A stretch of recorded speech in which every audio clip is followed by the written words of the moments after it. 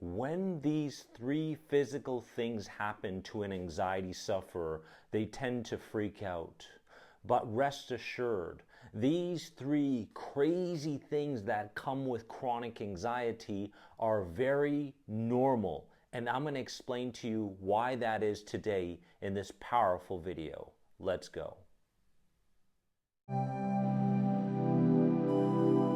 Welcome to another important video on my channel, my friends. If you haven't subscribed to this channel yet, please subscribe and hit the bell for all the notifications. And if you want to learn more about any of my anxiety recovery programs, which in fact we are having a Black Friday sale going on right now, just input the code GIFT2024 and you can get 40% off any of my programs today. And we are diving deep into these crazy things that happen with chronic anxiety and an anxiety disorder. When I went through these three things, I thought that I was literally dying. You know, I was looking for answers online. I was visiting multiple physicians, doing a number of different tests. I spent a lot of time, a lot of money. And my fearful thoughts, my catastrophic thoughts just kept getting worse and worse and worse. My goal today is to fill you with the feeling of trust, safety, and faith that these are normal occurrences that are going on within you right now or someone you know that may be going through chronic anxiety. Let's get into the three. The first one is emotional numbing. Emotional numbing. Now, this is mainly as a response to emotional overload, my friends. With emotional numbing, it feels like you are in an environment where you should be feeling something different, but you're not. You are numb to your environment. You are numb to the conversations going on. You're emotionally numb. You feel physically numb to some degree, right? It just feels like you are completely disconnected from what is taking place around you in your immediate environment. I'll give you an example. You're going for a walk in nature, and that nature feeling that, I'm grounded and I'm connected to the earth and I'm so grateful for this and I can smell this and I can touch that, that's not there because it feels like you're emotionally numb and you're really fixated on all sorts of ideas, catastrophic and worryful ideas that could go wrong in the future, that you're not giving yourself the opportunity to enjoy your surroundings. This emotional numbing can come from one particular traumatic experience. It can come from repeated traumatic experiences. And honestly, I believe that even if you didn't grow up in childhood with a number of traumatic experiences or parental figures that were suffocating you or neglecting you or any of these types of things that children deal with, even though you weren't going through those, later on in life, you could go through a panic attack, an anxiety attack. You could be fired from work, and that could be highly traumatic to your sensitized nervous system, and you could begin the onslaught of emotional numbing because of that experience, right? So if you're going through emotional numbing, I'm going to give you a key towards the end of this video that you must begin to implement. But first, let's get into number two. The second crazy thing that happens with chronic anxiety is a lack of mental sharpness, right? You're sitting there and you're trying to study something. You're not absorbing anything that you're studying. You're trying to converse with someone, but at the same time, you don't feel mentally sharp. You're questioning what you're saying. You're writing things down, but you keep questioning what you're writing down. There's just these blocks that are preventing you from accessing your innate wisdom, accessing your intelligence. You feel dumb, you feel stupid, And that sharpness that was once there before, that charm, that immediate, rational response to a situation or whatever it may be, is just not there. There's a lack of mental sharpness, which is so common with people that I help going through my programs.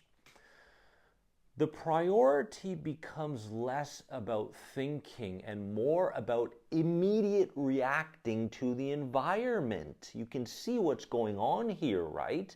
The nervous system says, hey, we don't need to be sharp mentally because the world is such an unsafe place. This person has knowingly and unknowingly programmed us to believe that we have to be very, very standing in guard all the time, no matter what's going on. So, hey, we're not worried about the mental sharpness. We're more worried about standing guard to potential threats. So this is why this happens. And if it's happening to you, I just want to say this. You have to be very, very gentle on yourself and take away the pressure of having to be, think on your toes, for example. You're going to be a little bit slower. You're not going to be as sharp as other people right now. You're going through a transition back to your true, authentic self. So with that comes some gentleness towards yourself during this journey, my friends. Third crazy thing that happens with chronic anxiety is you feel the need to analyze each person you come in contact with. Like, oh, what's that person? Oh, look at that. What's that kid doing over there? Oh, what's that? Oh, and you feel like you are analyzing every single person. You don't even have to know these people, right? We do this as a survival response to pick out the threats. That's why we do this.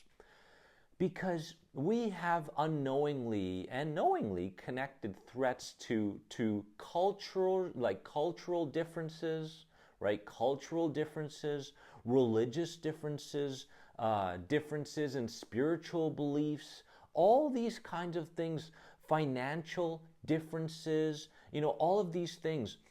In politics, for example, there's a lot of division that happens, right? The politicians are trying to divide people, and you find yourself, looking for that division between you and other people as you go about your day. And it's very, very important that you understand that every person out there is going through some kind of a struggle, some kind of suffering, and it's your job to recognize when you start to analyze people in the way where you're starting to, try to figure out what's wrong with them and how could they be a threat to you, instead of going down that path of unknowingly conditioning yourself. You have to go, hey, no, I'm going to override that and show a little bit of sympathy and empathy towards that person. We need more kindness in the world, and you mustn't allow your lower self or inner child or ego mind to dictate what something means anymore, okay? Now, here's the key to all of this. Here's the key, my friends. Do not look to solve these from a mental level, okay? Do not look to solve them from a mental level or individually, but rather from a feeling level and as a group. When I mean from a feeling level, when emotional numbness, for example, shows up, don't go to your head trying to fixate on what the answer could be to this numbness. Because the more you try and look to figure things out, the more you're adding to the perception of danger within your environment and danger towards your symptoms. Do not go to your head. Do not go to your head to solve any of these. Secondly, don't solve them individually, because these are all connected, interconnected, right? They are based on protection, emotional numbing to protect, lack of mental sharpness to protect, right? The feeling you need to analyze everybody all the time to protect. It's all coming from a place of protection. However, when we can start to feel what's taking place, you may go ahead and do the surrender sessions now and each and every day right here. When we feel that emotionally numbing feeling, when we feel the mental sharpness, we start to understand it more and we can work with it. When we feel the need to analyze each and every person, what starts to happen is compassion starts to replace this over-analytical space that we used to live in, okay? This is the key. Release yourself from fixating at a mental level. Start feeling what's really going on in your body and your nervous system as a response to the environment. And do not treat these symptoms individually. Do not treat them individually. They're all coming from the same umbrella of a very sensitized nervous system, a dysregulated nervous system. And you must begin to show a high degree of understanding and sympathy towards this nervous system, because that's what it needs to heal, my friends. What was the biggest more than anxiety moment from this video for you? I want you to comment below. Give this video a quick like if it spoke to you. It would help me so much to reach more people out there. And again, if you want to learn more about any of my anxiety recovery programs, click right here and let's start the journey together. Remember that you are more than anxiety. I hope this video spoke to you. I'll see you soon.